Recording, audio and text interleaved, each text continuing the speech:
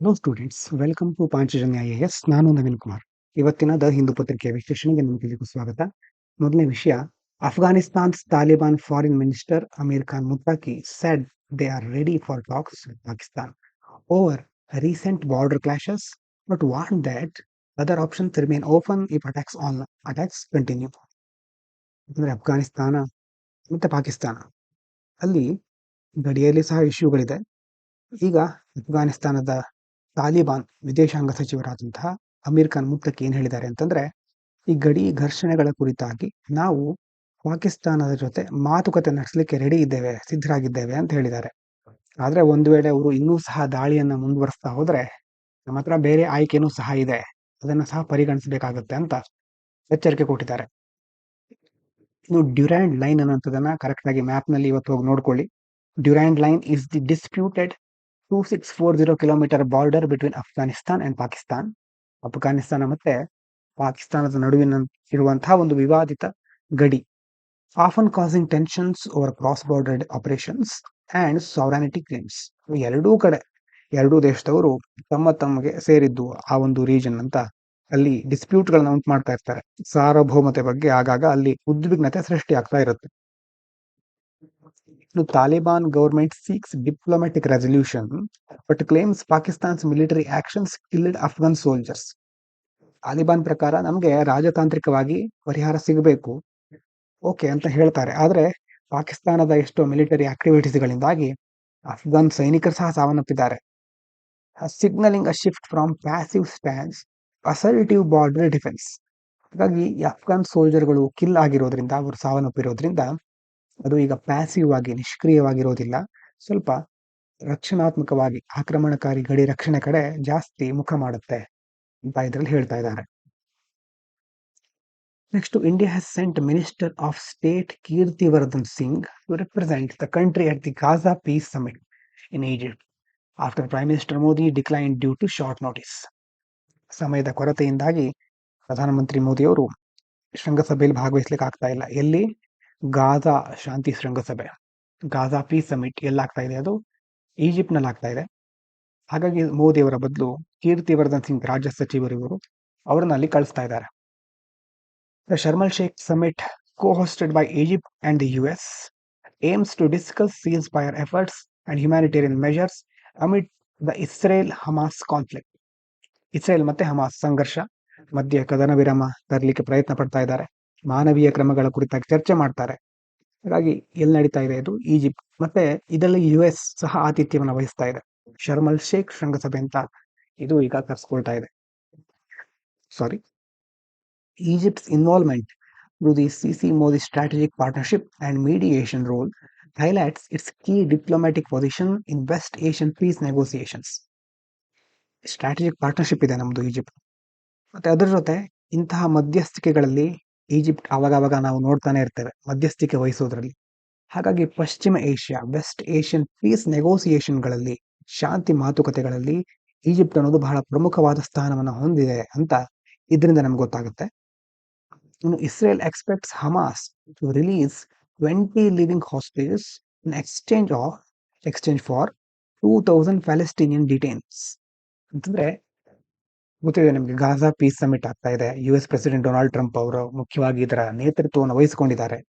ಇದರಲ್ಲಿ ಈ ಕಡೆ ಇಸ್ರೇಲು 2,000 ಪ್ಯಾಲೆಸ್ಟೀನಿಯನ್ ಬಂದಿಗಳನ್ನ ವಿನಿಮಯ ಮಾಡ್ಕೊಳ್ಬೇಕು, ಆ ಕಡೆಯಿಂದ 20 ಏನು ಒತ್ತೆಯಾಳುಗಳನ್ನ ಅವ್ರು ಬಿಟ್ಕೊಡ್ಬೇಕು ಹಮಾಸ್ನವರು. ಈ ಒಂದು ವಿನಿಮಯ ಆಗಬಹುದು ಅಂತ ಈಗ ನಿರೀಕ್ಷೆ ಇದೆ. The hostage swamp is part of Trump's proposed Gaza truce plan, with Israel preparing simultaneous political outreach as Trump will address the Israel parliament before the Egypt summit. ಇದೆಲ್ಲ ಯಾವುದರ ಪ್ಲಾನ್? ಇದು ಗಾಜಾ ಟ್ರೂಸ್ ಪ್ಲಾನ್, ಕದನ ವಿರಾಮ ಯೋಜನೆಯ ಒಂದು ಭಾಗ. ಮುಖ್ಯವಾಗಿ ಅದಾದ ನಂತರ ಈಜಿಪ್ಟ್ ಶೃಂಗಸಭೆಯಲ್ಲಿ ಟ್ರಂಪ್ ಅವರು ಇಸ್ರೇಲಿ ಸಂಸತ್ತನ್ನು ಉದ್ದೇಶಿಸಿ ಮಾತನಾಡಲಿಕ್ಕಿದ್ದಾರೆ. ಹಾಗಾಗಿ ತುಂಬಾ ಕಡೆಯಿಂದ ಬೇರೆ ಬೇರೆ ರಾಜಕೀಯ ಸಂಪರ್ಕಗಳಿಗಾಗಿ ಇಸ್ರೇಲ್ ತಯಾರಿ ನಡೆಸ್ತಾ ಇದೆ.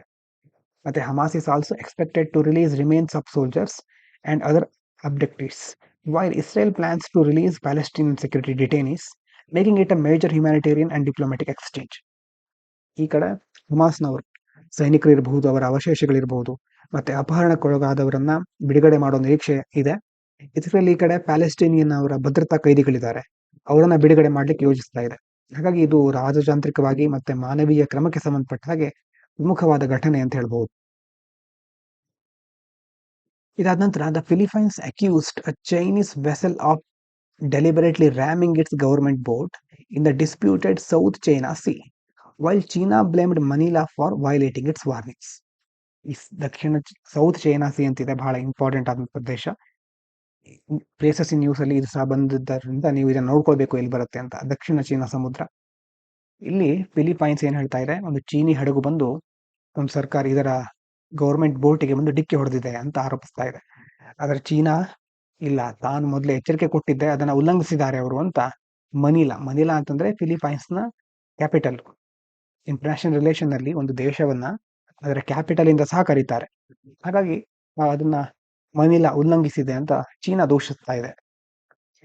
The clash occurred near Sandy Clay, a contested area where China rejects international rulings and asserts its 9-dash line claim dispute global legal objections. ಇದು ನಡೆದಿರೋದು ಸ್ಯಾಂಡಿಕೆ ಅನ್ನುವಂತ ಒಂದು ವಿವಾದಿತ ಪ್ರದೇಶದ ಹತ್ರ. ಈ ಪ್ರದೇಶದ ಹತ್ರ ಈಗ ಚೀನಾ ಅದಕ್ಕೆ ಅವಕಾಶ ಇಲ್ಲ ಅಂತ ಹೇಳಿದ್ರು ಸಹ ಅಂತಾರಾಷ್ಟ್ರೀಯ ತೀರ್ಪುಗಳನ್ನ ಚೀನಾ ತಿರಸ್ಕರಿಸ್ತಾ ಬರ್ತಾ ಇದೆ. ಮತ್ತೆ ಜಾಗತಿಕ ಕಾನೂನುಗಳ ಆಕ್ಷೇಪಣೆ ಇದೆ. ಆದ್ರೂ ಸಹ ಚೀನಾ ಅಲ್ಲಿ 9-dash ಲೈನ್ ಅಂತಂದ್ರೆ, ಈಗ ಇಲ್ಲಿ ಚೀನಾ ಇದೆ ಅಂತ ಇಟ್ಕೊಳ್ಳಿ, ಇಲ್ಲಿ ಸೌತ್ ಚೈನಾ ಸಿ ಇದೆ ಅಂತ ಇಟ್ಕೊಳ್ಳಿ, ಸೌತ್ ಚೈನಾ ಸಿ. ಈಗ 9-dash ಲೈನ್ ಅಂತಂದ್ರೆ ಚೀನಾ ಏನ್ ಮಾಡ್ತಾ ಇದೆ, ಇದು ತನ್ನ ಬೌಂಡ್ರಿ ಅಂತ 9 ಡ್ಯಾಶಸ್ ಕಾಲ್ಪನಿಕವಾಗಿ 1 2 3 4 5 6 7 8 9 ಈ ತರ 1 2 3 4 5 6 7 8 9 ಈ ತರ 9 ಡ್ಯಾಶ್ ಇದೆಲ್ಲ ನನಗ್ ಸೇರಿದ್ದು, ರೇಖೆ ಒಳಗಡೆ ಇರೋದೆಲ್ಲ ನಂದೇ ಅಂತ ಹೇಳಿದ ಹಾಗೆ. ಹಾಗಾಗಿ ಚೀನಾ ಈ 9-dash ಲೈನ್ ಅನ್ನ ಪ್ರತಿಪಾದಿಸ್ತಾ ಇದೆ ಮೊದಲಿಂದ. Philippines vowed diplomatic action against what is called China's bullying tactics, marking another escalation in ongoing South China Sea maritime tension. ಈಗ ಫಿಲಿಪೈನ್ಸ್ ಏನ್ ಹೇಳ್ತಾ ಇದೆ, ಇದೆಲ್ಲ ಬೆದರಿಸೋ ತಂತ್ರ, ಇದು ಬುಲ್ಲಿಂಗ್ ಟ್ಯಾಕ್ಟಿಕ್ಸ್ ಇದು. ಹಾಗಾಗಿ ಇದರ ವಿರುದ್ಧ ನಾವು ರಾಜತಾಂತ್ರಿಕ ಕ್ರಮಗಳನ್ನ ಕೈಗೊಳ್ತೇವೆ ಅಂತ ಫಿಲಿಪೈನ್ಸ್ ಹೇಳ್ತಾ ಇದೆ. ಹಾಗಾಗಿ ದಕ್ಷಿಣ ಚೀನಾ ಸಮುದ್ರದಲ್ಲಿ ಮತ್ತೊಂದು ಸಮಸ್ಯೆ ಎದುರಾಗಬಹುದು, ಕಡಲ ಉದ್ವಿಗ್ನತೆಗೆ ಸಂಬಂಧಪಟ್ಟ ಹಾಗೆ ಅಂತ ಇಲ್ಲಿ ಹೇಳ್ತಾ ಇದ್ದಾರೆ. ಇದಾದ ನಂತರ Japanese mathematician Masaki Kashiwara won the 2024 Abel Prize for pioneering work in algebraic analysis and representation theory. ಇಲ್ಲಿ ನೋಡಿ 2025 ಅಲ್ಲ, ಇದು 2025 ಇದು ಕರೆಕ್ಟ್ ಆಗಿ ನೋಡ್ಕೊಳ್ಳಿ. 2025 ನೊಬೆಲ್ ನಿನ್ನೆ ನೋಡಿದ್ವಿ, ನೊಬೆಲ್. ಇದು ನೋಡಿ ಕರೆಕ್ಟ್ ಆಗಿ ಅಬೆಲ್ ಅಂತಂದ್ರೆ ನೊಬೆಲ್ ಆಫ್ ಮ್ಯಾಥಮೆಟಿಕ್ಸ್ ಅಂತ ಸಹ ಕರೀತಾರೆ. ನೊಬೆಲ್ ಪ್ರಶಸ್ತಿಯನ್ನ ಮ್ಯಾಥ್ಸಿಗೆ ಕೊಡೋದಿಲ್ಲ, ಮ್ಯಾಥ್ಸಿಗೆ ಕೊಡೋದು ಅಬೆಲ್ ಪ್ರೈಸ್. 2025 ಅಬೆಲ್ ಪ್ರೈಸ್ ಸಿಕ್ಕಿರೋದು ಯಾರಿಗೆ, ಜಾಪನೀಸ್ ಮ್ಯಾಥಮೆಟಿಷಿಯನ್ ಮಸಾಕಿ ಕಾಶಿವಾರ. ಅದರಲ್ಲಿ ಅವರು ಯಾವ ಫೀಲ್ಡ್ ಅಲ್ಲಿ ಅಂತಂದ್ರೆ ಆಲ್ಜಿಬ್ರಾಯಿಕ್ ಅನಾಲಿಸಿಸ್, ರೆಪ್ರೆಸೆಂಟೇಷನ್ ಥಿಯರಿ, ಅದರಲ್ಲಿ ಮುಖ್ಯವಾಗಿ ಕೆಲಸ ಮಾಡಿದಕ್ಕೋಸ್ಕರ 2025 ಅಬೆಲ್ ಪ್ರಶಸ್ತಿ ಅವರಿಗೆ ಸಿಕ್ಕಿದೆ. ಇದಾದ ನಂತರ ಒಂದು ಆರ್ಟಿಕಲ್ ನೋಡೋಣ, ಇಂಡಿಕೇಟರ್ಸ್ ಆಫ್ ಇಸ್ರೇಲ್ಸ್ ಅನ್ಸಸ್ಟೈನಬಲ್ ಹೆಜಿಮನಿ. ಈಗ ಎಲ್ಲ ಇಸ್ರೇಲಿಗೆ ಜಾಸ್ತಿ ಮೇಲುಗೈ ಸಾಧಿಸ್ಲಿ ಮುಂದಾಗ್ತಾ ಇದೆ. ಇಸ್ರೇಲಿಗೆ ಬೇಕಾಗಿರೋ ತರ ಆಗ್ತಾ ಇದೆ. ಹಾಗಾಗಿ ಅದರದ್ದೊಂದು ಹೆಜಿಮನಿ ಇರಬಹುದು ಅಂತ ತುಂಬಾ ಜನ ಹೇಳ್ತಾರೆ. ಆದ್ರೆ ಈ ಆರ್ಟಿಕಲ್ ಅಲ್ಲಿ ಏನು ಹೇಳ್ತಿದ್ದಾರೆ ಅಂತಂದ್ರೆ, ದೋ Israel appears very powerful today, military dominant groups like Hamas, Hezbollah and targeting Iran, its current dominance in West Asia is not sustainable in the long run due to deep internal and external challenges.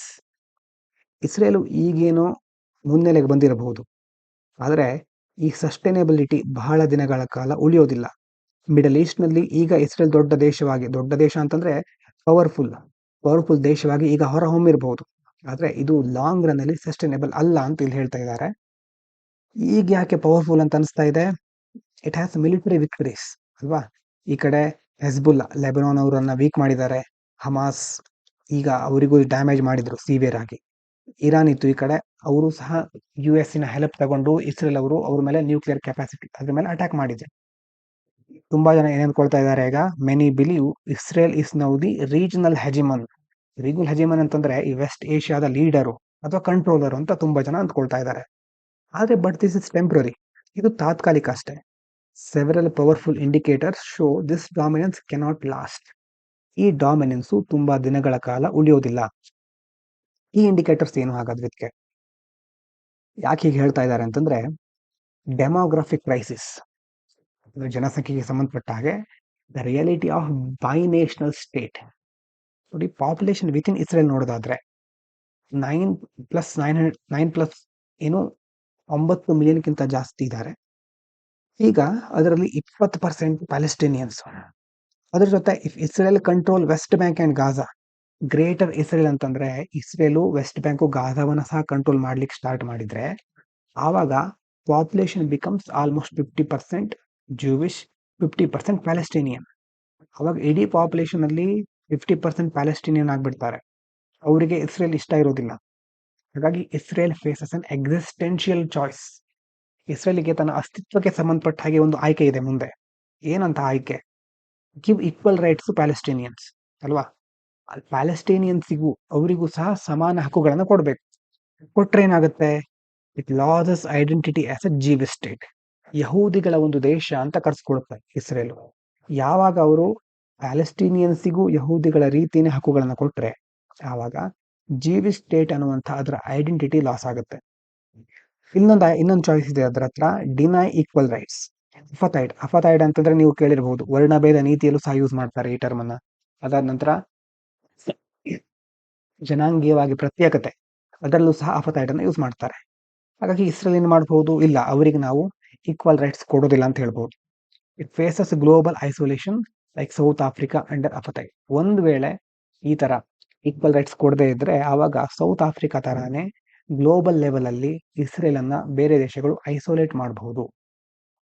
ಹಾಗಾಗಿ either way this weakens Israel internally and internationally. ಏನೇ choice Israel ಮಾಡಿದ್ರು, ಏನೇ ಆಯ್ಕೆಗಳನ್ನ ಕೈಗೊಂಡ್ರು, ಮುಂದೆ ಅದು Israel ಅನ್ನ internally ಅಂದ್ರೆ ಆಂತರಿಕವಾಗಿ ಮತ್ತೆ ಅಂತಾರಾಷ್ಟ್ರೀಯ ಮಟ್ಟದಲ್ಲಿ ಅದನ್ನ ವೀಕ್ ಮಾಡ್ತಾ ಹೋಗುತ್ತೆ. ಅದಾದ ನಂತರ losing trust of Arab neighbours. ಈಗ UAE ಇದೆ, ಯುನೈಟೆಡ್ ಅರಬ್ ಎಮಿರೇಟ್ಸ್, ಬಹ್ರೇನ್ ಇದೆ, ಸೌದಿ ಅರೇಬಿಯಾ, ಇವರೆಲ್ಲ ಇನಿಷಿಯಲಿ ಸಪೋರ್ಟೆಡ್ ಪೀಸ್ ಡೀಲ್ಸ್. ಮೊದಲೆಲ್ಲ ಅಬ್ರಹಾಂ ಅಕಾರ್ಡ್ ಅಂತಿತ್ತು. ಇರಾನ್ ಜೊತೆ ಬ್ಯಾಲೆನ್ಸ್ ಮಾಡ್ಕೊಳ್ಳಿಕ್ಕೆ ಇನಿಷಿಯಲಿ ಪೀಸ್ ಡೀಲ್ಗಳಿಗೆ ಸಪೋರ್ಟ್ ಮಾಡ್ತಾರೆ. But Israel's extreme action in Gaza ಅಲ್ವಾ, ಸುಮಾರು 67,000 ಪ್ಯಾಲೆಸ್ಟೀನಿಯನ್ಗಳನ್ನ ಕೊಂದಿದೆ, ಅವರು ಸಾವನ್ನಪ್ಪಿದ್ದಾರೆ. ಇದು ತುಂಬಾ ಜನ ಅಂತಂದ್ರೆ ವುಮೆನ್ಗಳಿದ್ದಾರೆ, ಮಕ್ಕಳಿದ್ದಾರೆ, ಅಮಾಯಕರು. ಹಾಗಾಗಿ ಇದರಿಂದ ಶಾಕ್ ಆಗಿದೆ ಯಾರಿಗೆ? ಈ ಕಡೆ ಇರುವಂತಹ ಅರಬ್ ಕಂಟ್ರೀಸ್ಗಳಿಗೆ. Attempt to bomb Hamas officials in Qatar. ಇನ್ನೊಂದ್ ಕಡೆ ಹಮಾಸ್ ಅಫಿಷಿಯಲ್ಗಳಿಗೆ ಬಾಂಬ್ ಹಾಕೋದು ಅಥವಾ ಅಲ್ಲಿರುವಂತಹ ಕತಾರ್ ಮೇಲೆ ಅಟ್ಯಾಕ್ ಆಗೋದು, ಇದೆಲ್ಲದರಿಂದಾಗಿ ಅರಬ್ ನೈಬರ್ಸ್ ಕಂಟ್ರೀಸ್ಗಳಿಗೂ ಸಹ ಇಸ್ರೇಲ್ ಮೇಲಿರುವ ನಂಬಿಕೆ ಕಳೆದು ಹೋಗ್ತಾ ಇದೆ. Gulf leaders fear public anger in their own Nations. ಈ ಕಡೆ ಒಂದು ವೇಳೆ ಆ ಗಲ್ಫ್ ಲೀಡರ್ಸ್ಗಳು ಒಂದು ವೇಳೆ ಇಸ್ರೇಲ್ಗೆ ಸಪೋರ್ಟ್ ಮಾಡಿದ್ರೆ ಅಲ್ಲಿರುವ ಪಬ್ಲಿಕ್, ಸಾರ್ವಜನಿಕರು ಸುಮ್ಮನಿರೋದಿಲ್ಲ. ಅವರಿಗೆ ಅಲ್ಲಿರುವಂತಹ ಅಧಿಕಾರಿಗಳಿರಬಹುದು, ಕಿಂಗ್ಸ್ ಅಥವಾ ಅಲ್ಲಿ ರಾಜರು ಇರ್ತಾರೆ, ಅವ್ರ ಮೇಲೆ ನಂಬಿಕೆ ಇರೋದಿಲ್ಲ. ರಿಸಲ್ಟ್ ಏನು? ಅದರಿಂದ Arab states no longer see Israel as reliable. Israel ಅನ್ನ ನಾವು ರಿಲೈ ಮಾಡ್ಲಿಕ್ಕೆ ಆಗೋದಿಲ್ಲ, ಅದನ್ನ ನಂಬ್ಕೊಳ್ಳಿಕ್ಕೆ ಆಗೋದಿಲ್ಲ ಅಂತ ಅರಬ್ ಸ್ಟೇಟ್ಗಳು ಡಿಸೈಡ್ ಮಾಡಿರೋ ತರ ಅನಿಸ್ತಾ ಇದೆ. ಹೀಗಾಗಿ ಪೀಸ್ ಟಾಕ್ಸ್ ಫಾಲ್.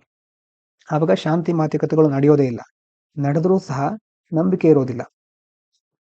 ಇದಾದ ನಂತರ declining support in United States support ಇರುತ್ತಲ್ವಾ? ಹಾಗಾದ್ರೆ ಇಸ್ರೇಲಿಗೆ ಅಂತ ನೋಡೋದಾದ್ರೆ ಇಸ್ರೇಲ್ ಯಾವಾಗಲೂ ಡಿಪೆಂಡ್ ಆಗಿರುತ್ತೆ US ಮಿಲಿಟರಿಗೆ, ಡಿಪ್ಲೊಮ್ಯಾಟಿಕ್ ಮತ್ತೆ ಫಿನಾನ್ಷಿಯಲ್ ಏಡಿಗೆ. ಇಸ್ರೇಲ್ ಯಾವಾಗಲೂ US ಮೇಲೆ ಡಿಪೆಂಡ್ ಆಗಿರುತ್ತೆ. ಆದ್ರೆ ಅಮೆರಿಕನ್ ಪಬ್ಲಿಕ್ ಸಪೋರ್ಟ್ ಇದೆ ನೋಡಿ, ಅದು ಶಾರ್ಪ್ಲಿ ಫಾಲ್ ಆಗ್ತಾ ಇದೆ, ಕಡಿಮೆ ಆಗ್ತಾ ಇದೆ.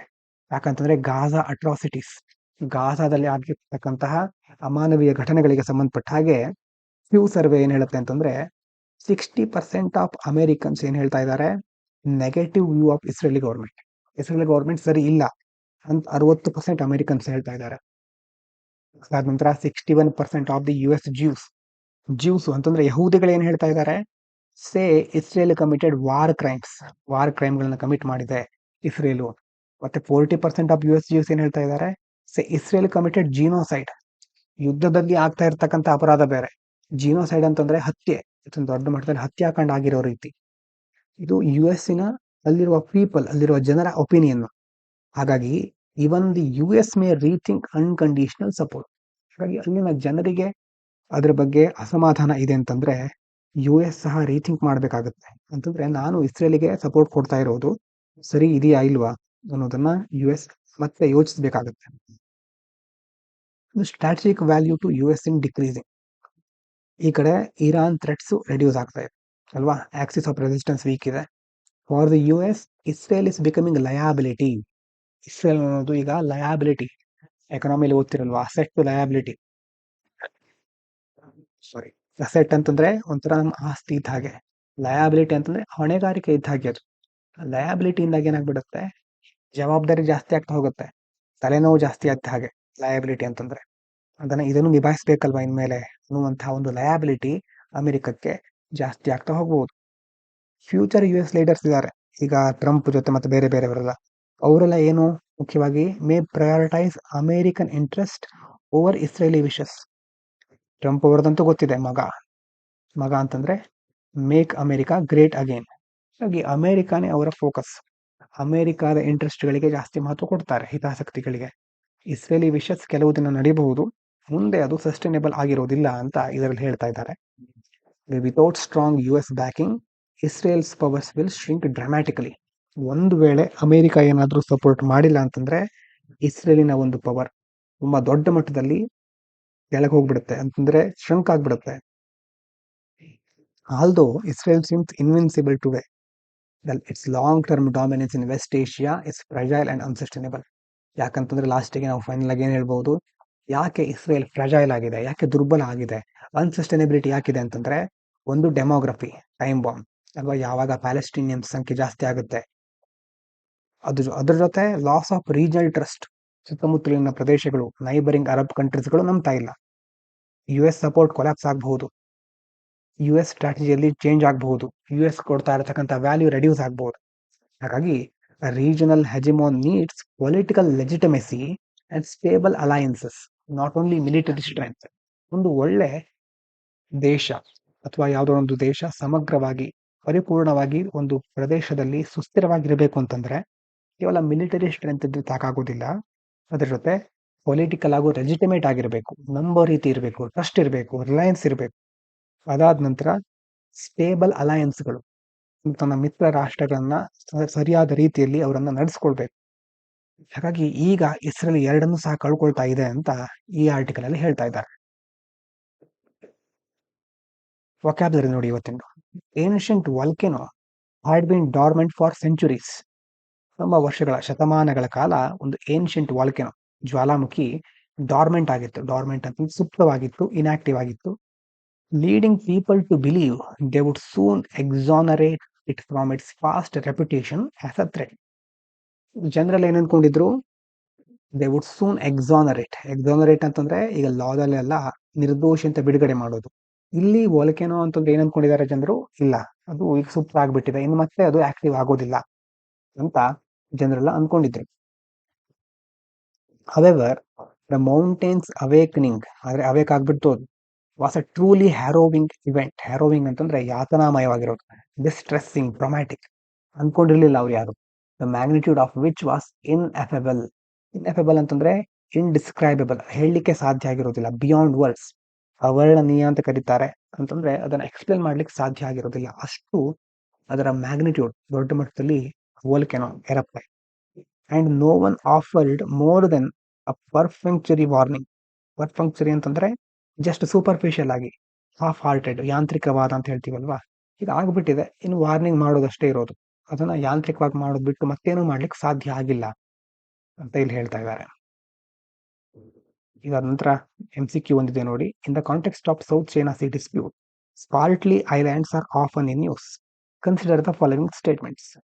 Spratly Islands are claimed by multiple countries, including Philippines, China, Vietnam, and Malaysia. Spratly region holds significant strategic importance due to rich fishing grounds and potential oil and gas reserves. International Court of Justice has officially awarded sovereignty of the Spratly Island to the Philippines. ಎಂದಿರಬಹುದು ನಿಮ್ಮ ಪ್ರಕಾರ? ಮೊದಲನೇದು correct, ಎರಡನೇದು correct, ಮೂರನೇದು wrong. 1 and 2 are correct. ಯಾಕಂದ್ರೆ ಮೂರನೇದು ಯಾಕೆ wrong ಅಂತಂದ್ರೆ, no international body has officially granted full sovereignty ಅಲ್ವಾ. ಯಾವುದೇ ಒಂದು ಸಿಂಗಲ್ ಕಂಟ್ರಿಗೆ ಸ್ಪಾರ್ಟ್ಲಿ ಐಲ್ಯಾಂಡಿನ ಸಾರ್ವಭೌಮತೆಯನ್ನು ಕೊಡಲಿಲ್ಲ. ಹಾಗಾಗಿ ಮೂರನೇ ಸ್ಟೇಟ್ಮೆಂಟು ರಾಂಗು. ಕರೆಕ್ಟಾಗಿ ನೋಡ್ಕೊಳ್ಳಿ ಈ ಪ್ಲೇಸನ್ನು, ಬಹಳ ಇಂಪಾರ್ಟೆಂಟ್. ಇವಿಷ್ಟು ಇವತ್ತಿನ ಮುಖ್ಯವಾದ ವಿಷಯಗಳು. ಎಲ್ಲರಿಗೂ ಧನ್ಯವಾದಗಳು. ಇದು ಪಾಂಚಜನ್ಯ IAS.